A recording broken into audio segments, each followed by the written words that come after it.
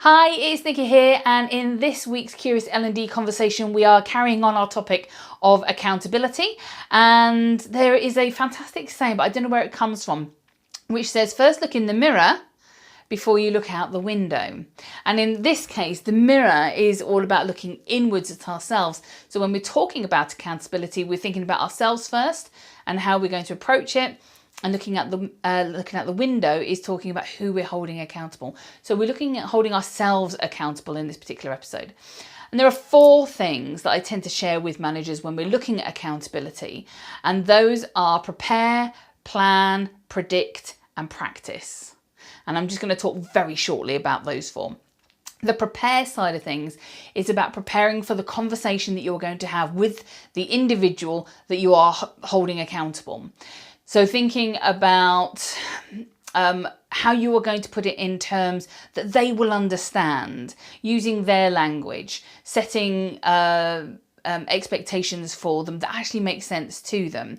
Thinking about the environment in which you're going to hold it. Is it an informal meeting? Is it a formal one? Do you need paperwork for it? All those kind of things. So how are you going to prepare for that conversation?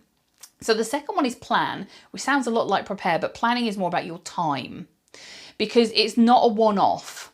You don't just set somebody something to do and expect them to do it. You need to follow it up with them. You need to check in, and you need to let them know that you're going to check in with them so that it doesn't feel like you're micromanaging them.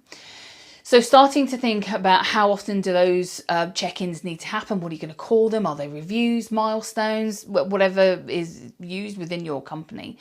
So, and diarising them, that's really important. So the first one was prepare, the second one is plan, the third one is predict. You need to think beyond what you are asking them to be accountable for and start to consider, okay, so if I ask them to do this, what are the likely outcomes? Are they a yes person? So do they just say yes and you expect them to do it, but actually it doesn't happen, and there might be a reason for that. Maybe they need extra support or training, or maybe they need to be buddied with somebody, or maybe maybe there's something happening in terms of the company where things are shifting and changing and you need to go back and review stuff. So predicting from the outset what you might need to look out for in the long run is really important too. And then the final one is practice. Because if you are not used to holding other people accountable, then for holding yourself accountable, you need to go back and review and reflect on what it is that you've done, what worked well, what didn't work quite so well, and hold that mirror up and really start to think about, okay, how did that work for me? How did it work for the person? How did it work for the company? So that's it really. So in terms of holding yourself accountable, they're the things that we need to consider. So prepare, plan, predict, and practice.